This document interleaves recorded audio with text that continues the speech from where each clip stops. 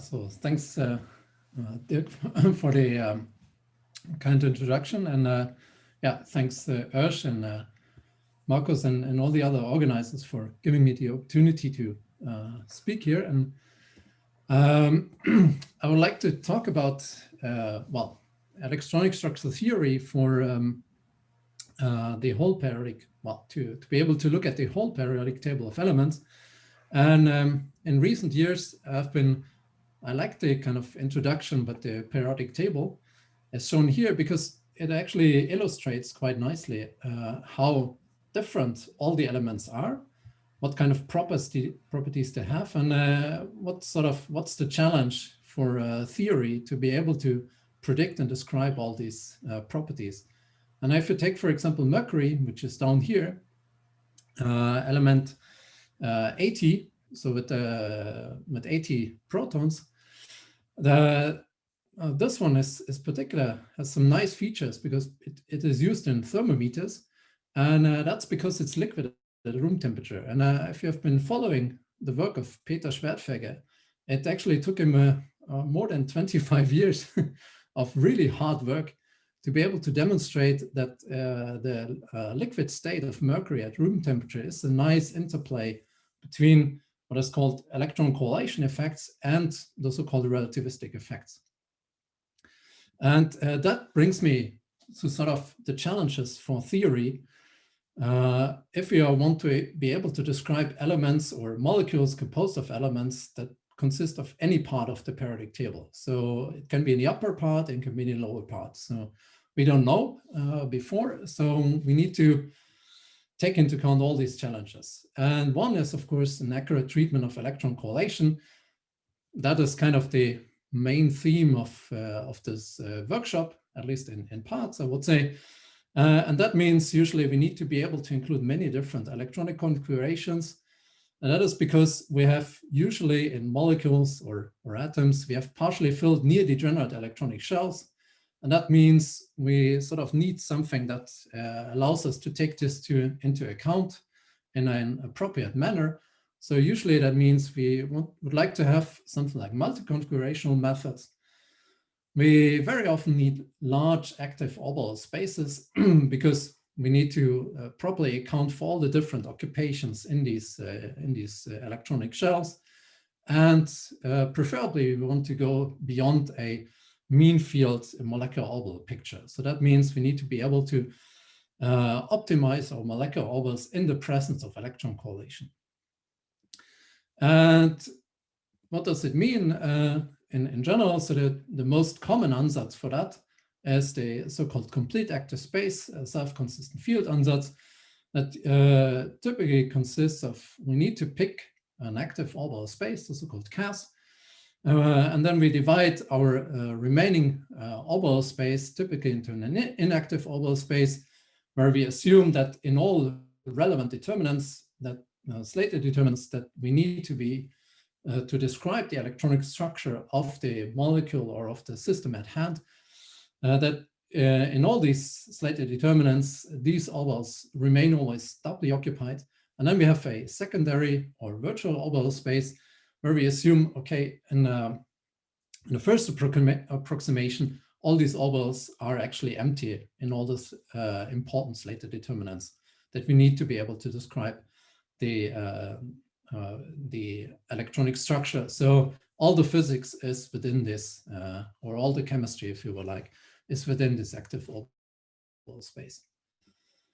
And one problem is, of course, and that is, well, one motivation for developing, say, new wave function type of new wave function parameterizations is that with traditional configuration interactions, so with traditional CAS-CI or full CI within this active space, we sort of hit the exponential scalar wall that is around 18 electrons in 18 orbitals. So typically in chemistry, this limit we can reach actually rather quickly. For example, if you have a uranium complex where we have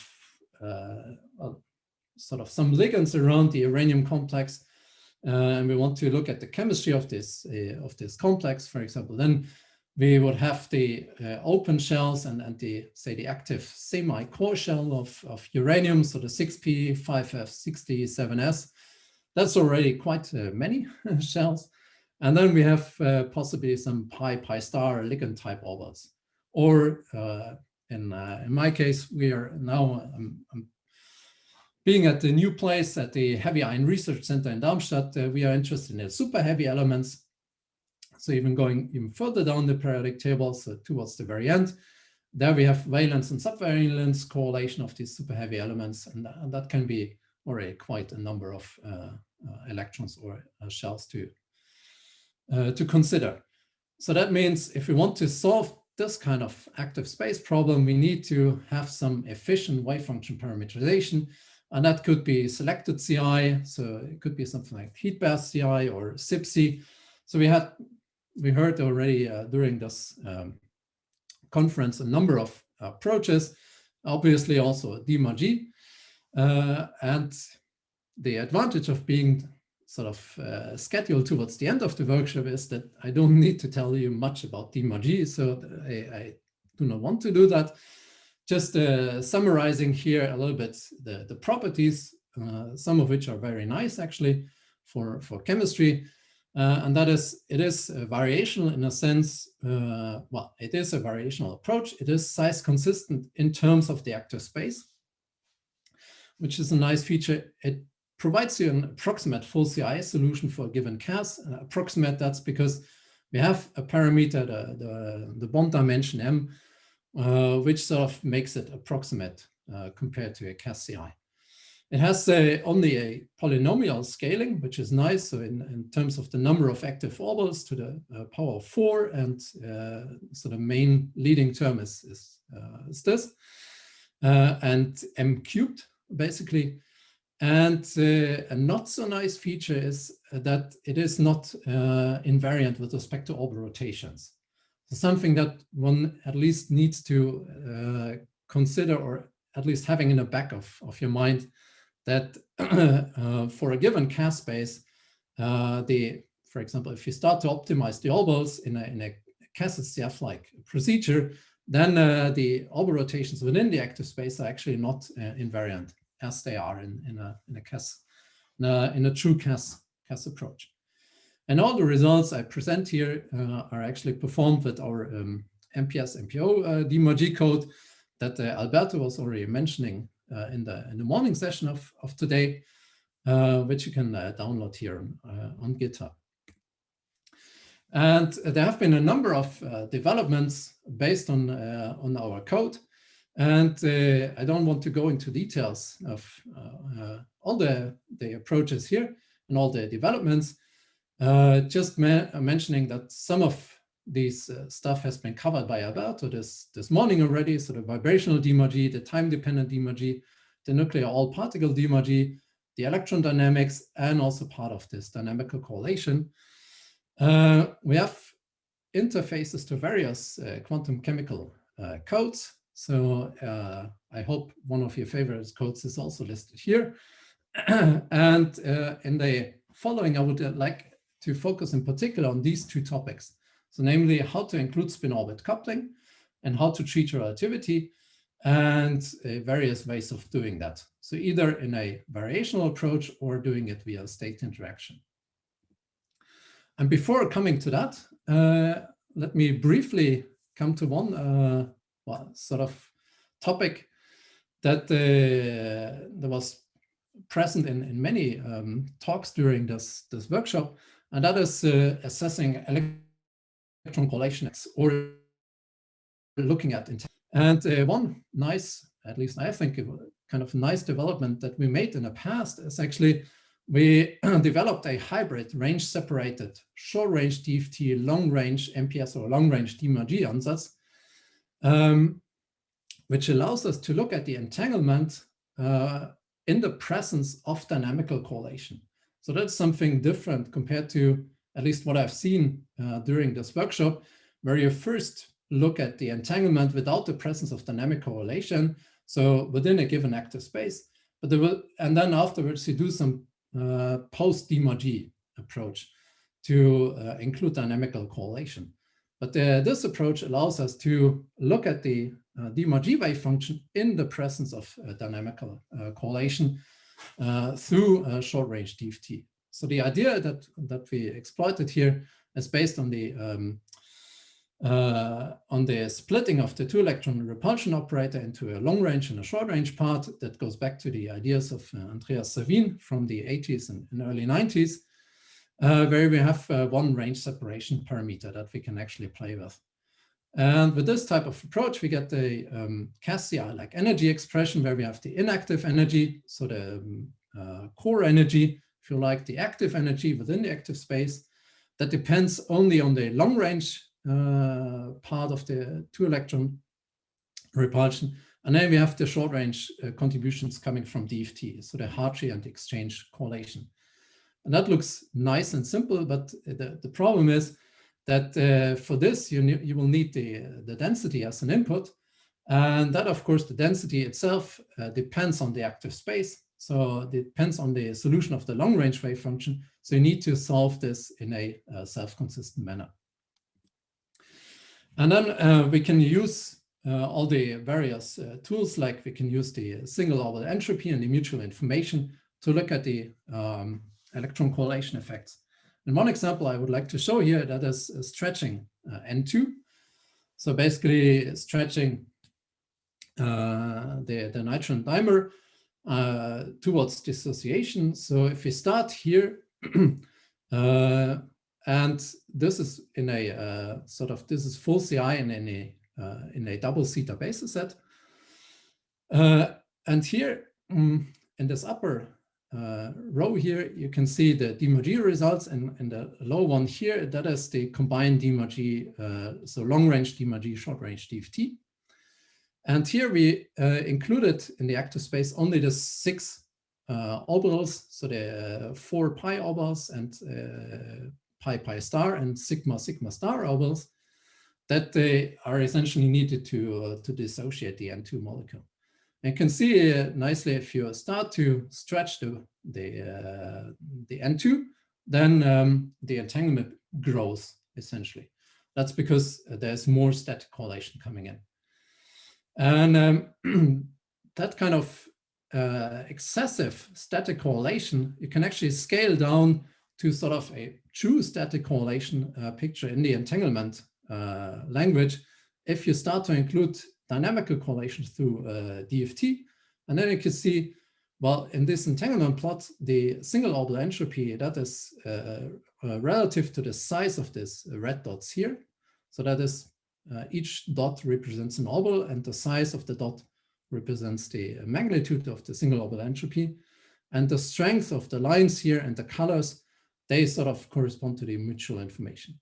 You can see that for the same type of, so for the same bond distance, then this mutual information and also the single orbital entropy gets much scaled down in the presence of dynamical correlation. And what happens if we include all the orbitals? So now not only 6, but actually 28. The overall picture remains the same, but you can see there are a lot of green lines, and that is dynamical correlation. And once you start to include dynamical correlation through short-range DFT, you basically get back the picture from before, when we had only 6 orbitals active. So roughly speaking, so you can see the presence of green lines really goes down. And that means we are treating essentially only static correlation within d mod g and all the dynamical correlation through DFT. Okay, that's all I wanted to say to this topic. And now coming to, say, the other part, if you want to treat atoms and molecules composed of different elements across the periodic table, and that is the inclusion of relativistic effects. And you may ask yourself, so probably not everyone is familiar, like our chair. I know, I mean, he's an expert in that, but probably not all of you are. So that let me just remind you what are actually relativistic effects. And relativistic effects, as I put them in quotation marks here, they're just a hypothetical construct. And we chemists, we actually like concepts in a way. And they just denoting the difference between a relativistic, so Dirac quantum mechanical, and a non-relativistic or a Schrödinger quantum mechanical description of matter. So since we know that nature is relativistic, we should always do this, but this is more complicated. So chemists like to do this and then explain the difference between these two pictures as relativistic effects. But in nature, there's nothing like relativistic effects. But nevertheless, we sort of distinguish two kinds of relativistic effects, and they are the so-called kinematic or scalar relativistic effects. So essentially all the effects that that sort of affect the kinetic part of your Hamiltonian, so the kinetic operator of your Hamiltonian, and then we have the magnetic coupling, so the spin-orbit coupling, so the coupling of the spin and angular momentum. And a different distinction that you find sometimes in chemistry textbooks, that are so-called direct relativistic effects and indirect relativistic effects, which essentially are a result of the contraction of the inner S and P shells. And the indirect relativistic effects, they're just consequence. So if the inner S electrons and P electrons do screen the nuclear charge more effectively because they contract, so they're getting closer to the nucleus, then the other shells that do not get so close to the nucleus, they decontract, obviously. And so that's the fate of the DNF shells. And how could we treat these kind of relativistic effects in a quantum chemical approach? So in a nutshell, you could say there are two kind of approaches. On the left, we have the one-step approaches. On the right, we have the so-called two-step approaches, which mainly differ in the way how we include spin-orbit coupling. So on the left, we include it variationally and ab initio, so from the start in our quantum chemical description. And on the right, we do it a posteriori. So saying we do a, we sort of set up a generalized eigenvalue problem like this here, where we express the Hamiltonian matrix here in the basis of the eigenfunctions of an unperturbed Hamiltonian. And we say, okay, the full Hamiltonian consists of the unperturbed or non-relativistic Hamiltonian, possibly a scalar relativistic Hamiltonian, plus the perturbation, and that we assume to be spin-orbit coupling. And then we solve this generalized eigenvalue problem, and then we get a spin-orbit coupled picture back. And how could we do this? So how can we do this kind of two-step approach in a matrix product state framework? And so the idea goes back to some older work by Per Åke Malmquist in the framework of CI, or of configuration interaction. And so the idea behind this is that if you have some Cas-type wave functions, and we do optimize them individually, for example, if you do a scalar relativistic framework, so where spin is a good quantum number, then we often do optimize singlet states and triplet states and maybe quintet states. But then we want to look at some properties that shared between singlet and triplet states, and that could be spin-orbit matrix elements. And one problem that we face here is that if we optimize the singlet and triplet wave functions individually, then of course we have molecular orbital bases which are, for each set of states, are orthogonal, but between the two sets of states, so for example, a singlet and a triplet state here, and this example shown here. So if you look at the same active space for a singlet and a triplet state, then we can see that so if you follow this color scheme here, that on the diagonal, there are some, say,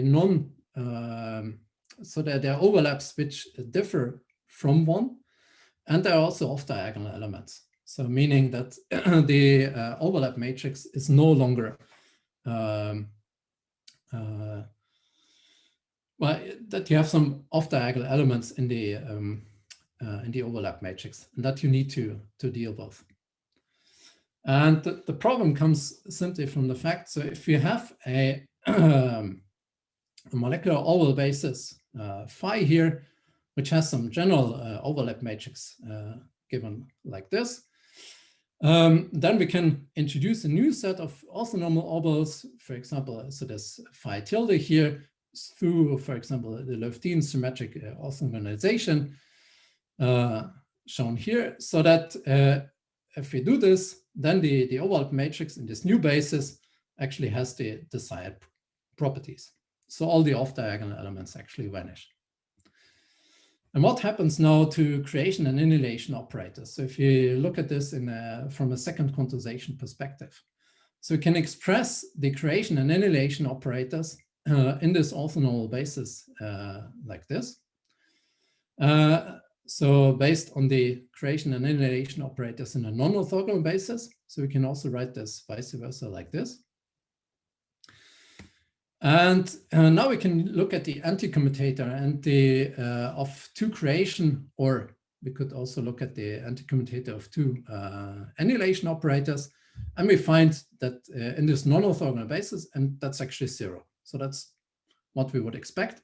But the anti-commutator between the creation and annihilation operator does not vanish. So it actually depends on the overlap matrix element. And that we need to, this kind of problem we need to solve. And why do we need to do that? Because so in an orthonormal basis, this anti-commutator would actually vanish. But as I said, in a non-orthogonal basis, it does not. So if you look at the action of the annihilation operator on an occupation vector, so the annihilation operator in the non-orthogonal basis on an occupation number vector, then we do not get just a single occupation number vector back, but we actually do get a sum of occupation number vectors back. So then the question is, how can we do? So if we apply an annihilation operator, and instead of having one single occupation number vector, we always get a sum of occupation number vectors back. So how can we then efficiently compute transition matrix elements between non-orthogonal wave functions? And the solution here is actually rather straightforward. So we need to define a new oval basis, a so-called bi-orthonormal oval basis that allows us to solve this kind of problem. And the reason being that if you look at the overlap between an oval in this bi-orthonormal basis and the non-orthogonal basis, then we get this overlap matrix behavior back. So there are no off-diagonal elements. So what does it mean? So if you look at a second quantization perspective, that means we need to introduce bi-orthonormal creation and annihilation operators, which are of this form. And if we then look at the anti-commutator between a bi-orthonormal creation operator and an annihilation operator in non-orthogonal basis, so the one without a bar here, and that's the one with the bar that's in this bi-orthonormal basis, then you can see that we restore the nice property of this standard anti-commutation relations.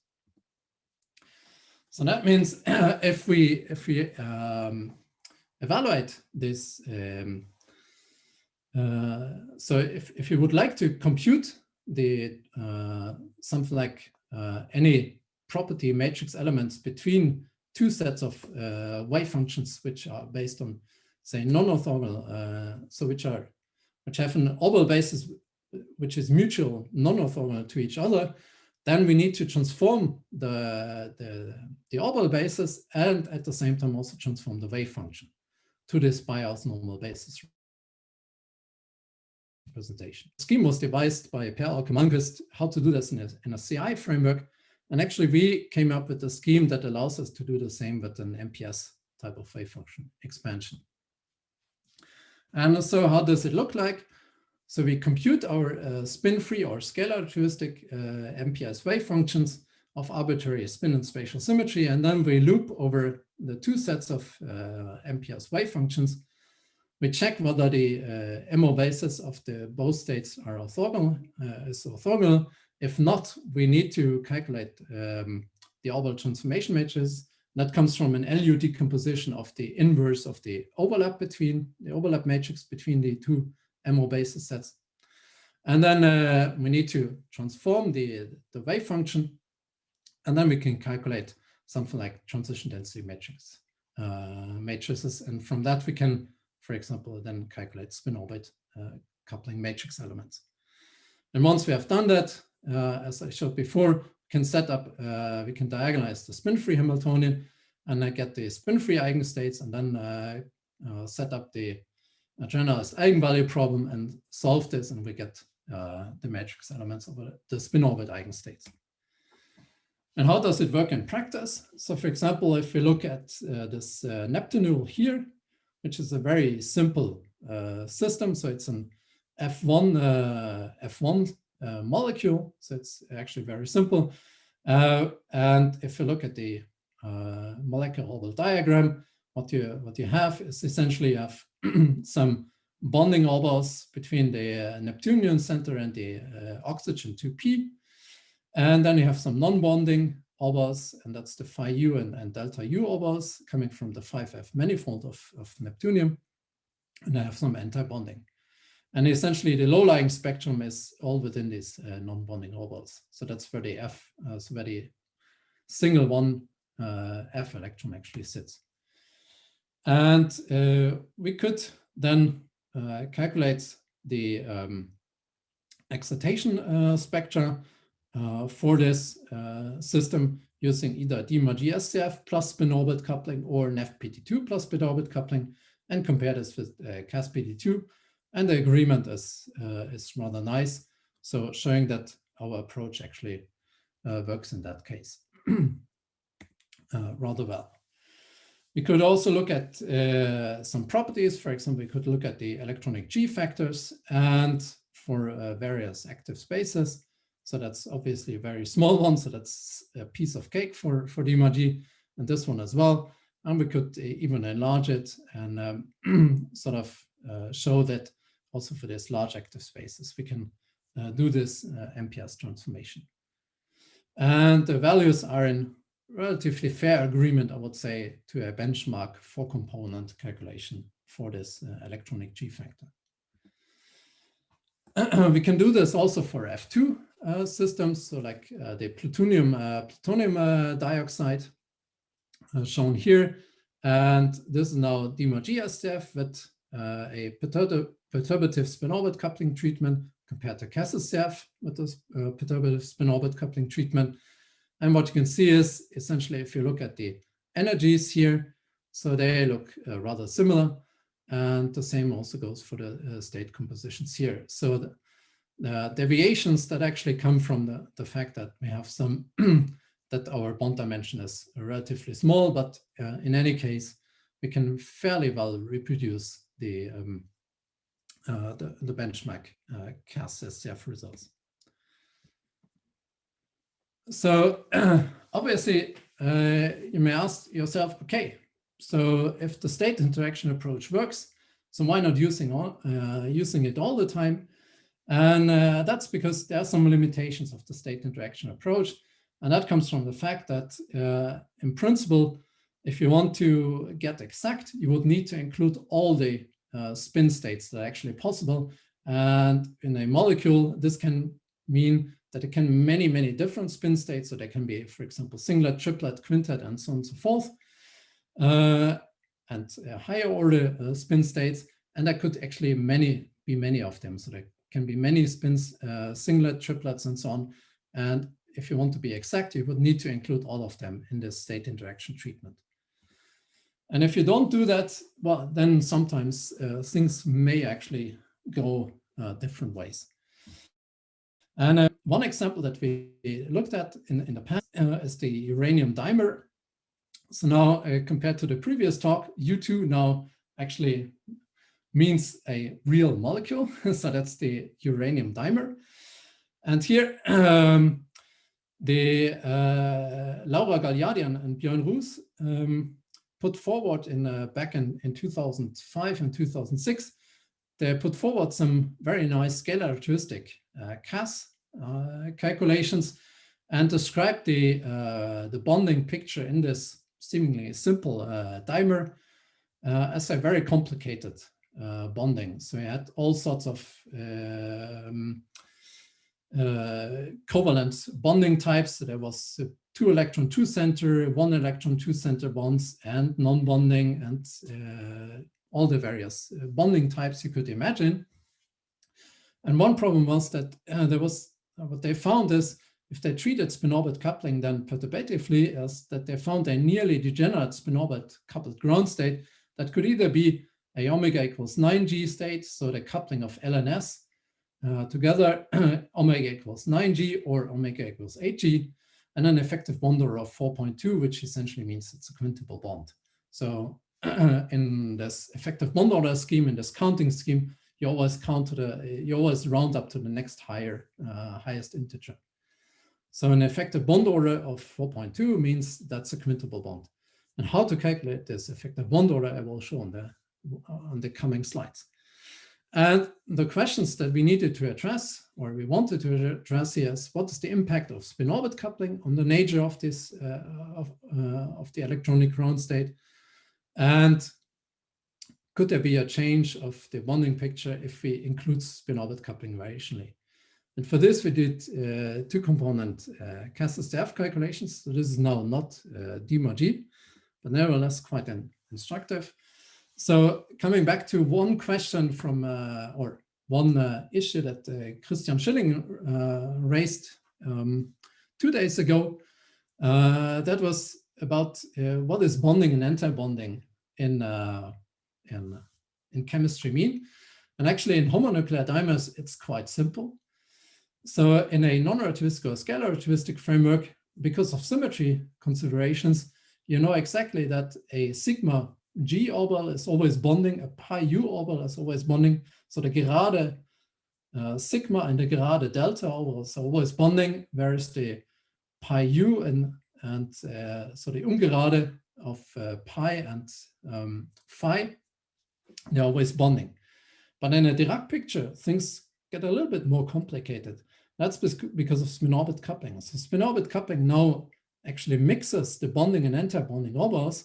And that means you lose this kind of strict decoupling between bonding and anti-bonding. So they will always mix in general. And so if we wanted to compute the effective bond orders in our variational spin-orbit coupling treatment, we needed to dig a bit deeper into the code and actually look at the bonding and anti-bonding contributions from the atomic orbital wave functions to a given molecular orbital. And this etas here and the etas here, so those are the occupation numbers of the natural orbitals. And but in general, in a multiconfigurational wave function, they can be different from 0, 1, or 2, which are the numbers that Christian Schilling mentioned. So that is what you have in mean field theory. So essentially in Hachi-Fock, it can either be 2, 0, or if you have a singly occupied orbital, then it can be 1. But in a multiconfigurational framework, these occupation numbers, they're typically different from 0, 1, or 2. And now with this scheme here, we could actually also predict and compute effective bond orders. And for the 2 states that were in question for the ground state, we could find the bond orders which are lower than 4. So basically meaning that those are having a quadruple bond. And there was a clear separation of the omega equals 9G from the omega equals 8G state by about 5,000 wave numbers vertically. So there seems to be a true ground state. And then we also analyzed the chemical bond in this presumably ground state, the omega equals 9G. And then we came up with a very simple bonding picture here. So to summarize, what could happen is that if you treat spin-orbit coupling variationally, it can actually change the chemical bonding picture. And in our case, it actually took away one bond from a, say, non-relativistic or scalar relativistic bonding picture. So that means if we want to be able to treat or to have a consistent framework, we would like to have a variational relativistic de Mortier approach. And we implemented this type of ansatz also into our code here. And the first benchmark implementation actually goes back to a nice collaboration with Ursh when he was visiting us at ETH back in 2013 and 14. And so in our code, we have implemented, so we can use the one electron Dirac Hamiltonian given here, plus 2 electron terms, and that could be the Coulomb or actually the Breit interaction or some, or just a part of the Breit interaction, which would be the Gaunt interaction.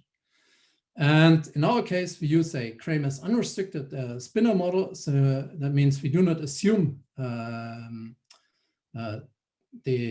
Kramer's pairing of the spinors.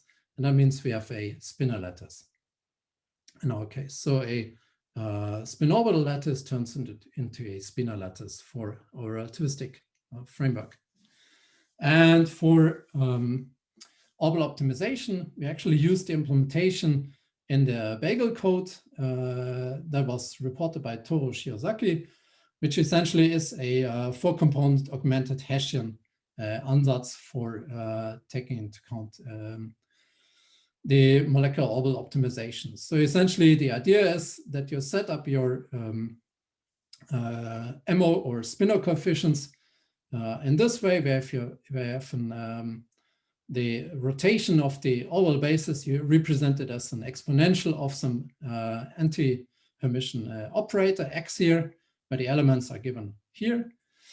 And then you expand your energy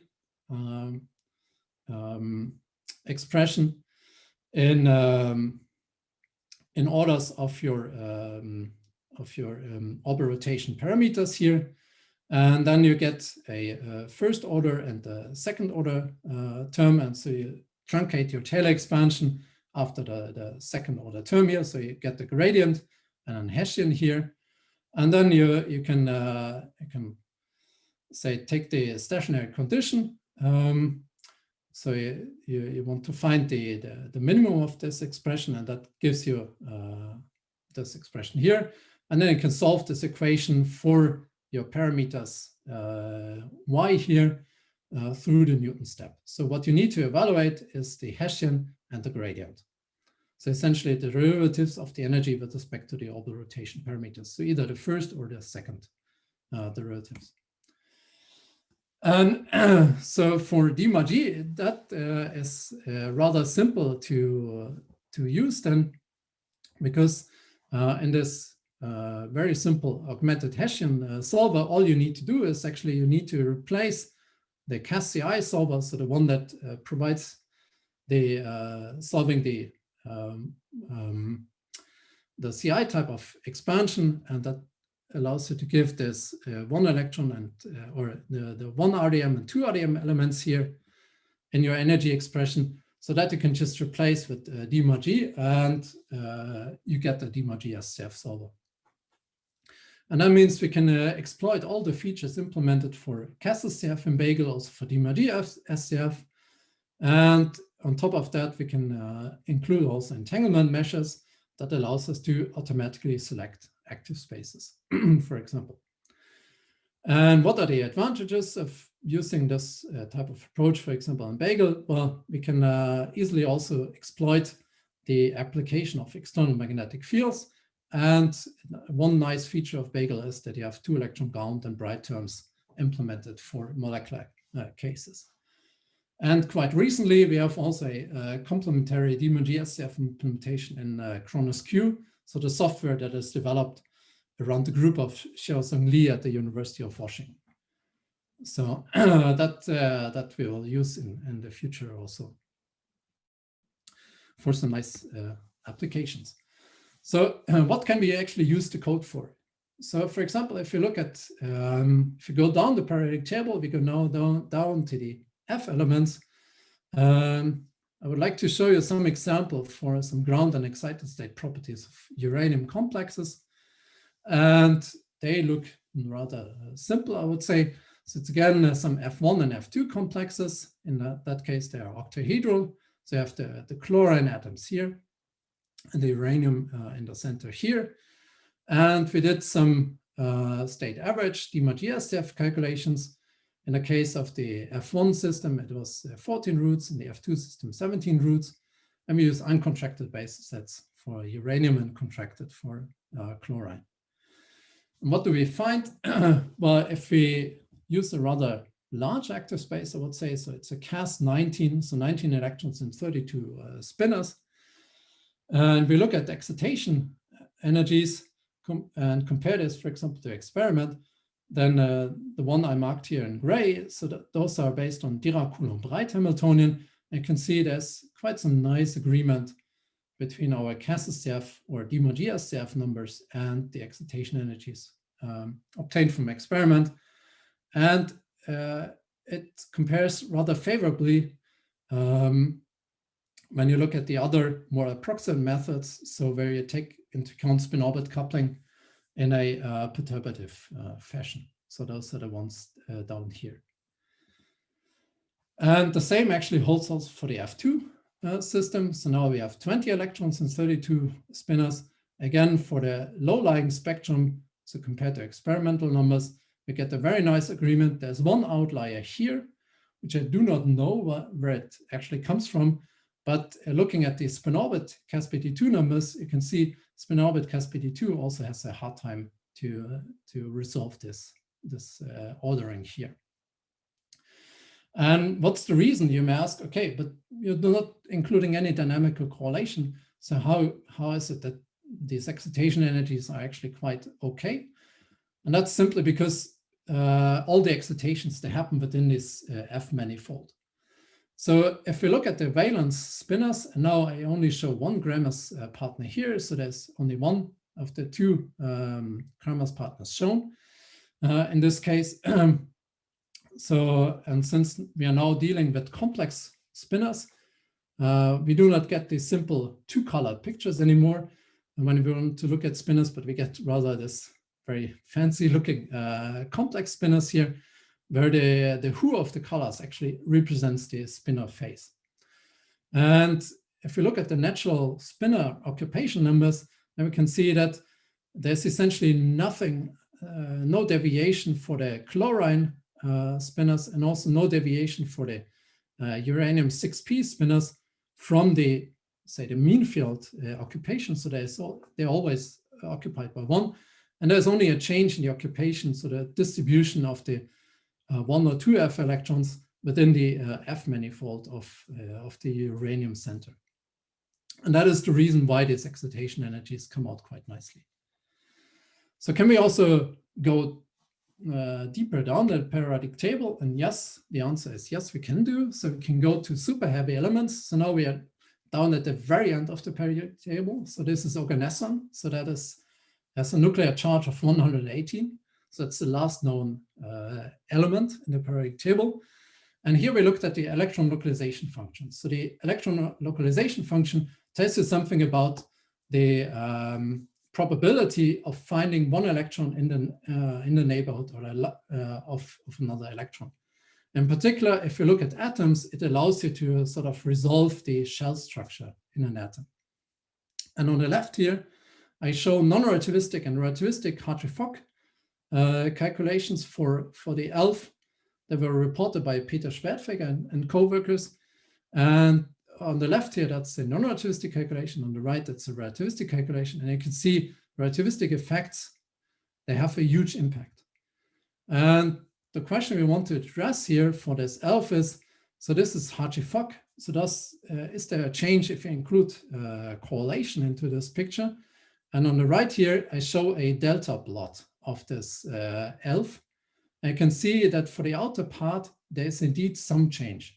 But notice the scale here is much smaller than here. So that's a slight change. And maybe it's easier to see this if we plot the ELF as a function of the distance from the nucleus. On the left here, again, that's taken from Peter Schwertfeger's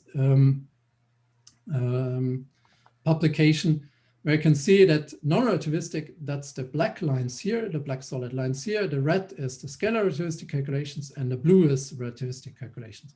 You can see relativistic effects have a huge impact on the sort of shell structure that you would get. So each of the maxima here, that corresponds to a new shell that you open up in this atom. And what Stefan, you have still 5 minutes. Yep. Okay. 5 minutes for your talk. Yep, fine. So what happens if you turn on electron correlation is that on the outer 7p shell here, you bring this ELF down from the red to the blue curve, and the value of 0.5, that corresponds to something like a uniform electron gas. So an ELF for a uniform electron gas would have a value of around 0.5. And if you include a correlation at all, I would say going beyond the mean field picture, then you enhance this uniform gas-like pattern of the 7p shell. And similar things actually happen for copernicium, so that's element 112, and flerovium, that's element 114. But here the effects of electron correlation are not as visible, I would say, than for organeson. And the green lines you see here, those are again non-relativistic calculations. And also for these atoms, not surprisingly, because we are still very much down the periodic table, there's a huge impact if you turn on relativistic effects or not. So now, almost coming to the end of my talk, as I mentioned, we can also include strong external magnetic fields in our quantum chemical calculations. And if we want to do this for our matrix product state ansatz, this is actually quite simple. And why do we want to do that?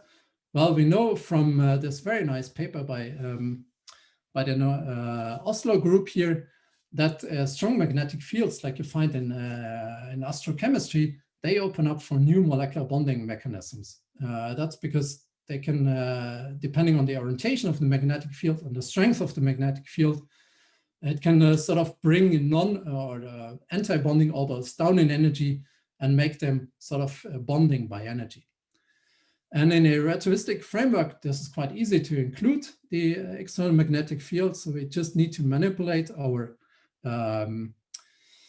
kinetic operator. So we just need to add a vector potential to it, and then also include gauge, including atomic orbitals as our basis in order to make the results sort of gauge independent.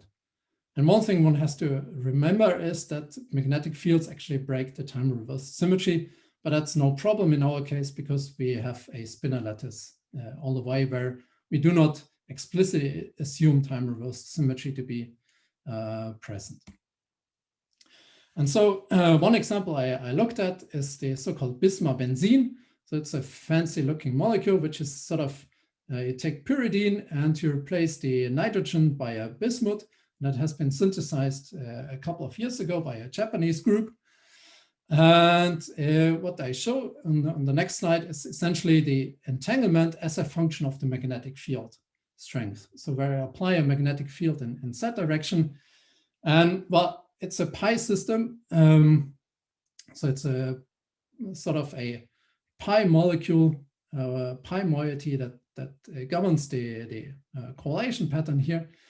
And so if there's no magnetic field, there's not really much going on in this active space.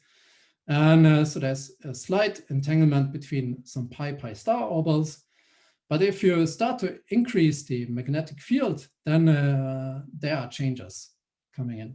So that means the magnetic field can actually alter the sort of the electronic structure, even in this quite simple looking bismuth benzene molecule.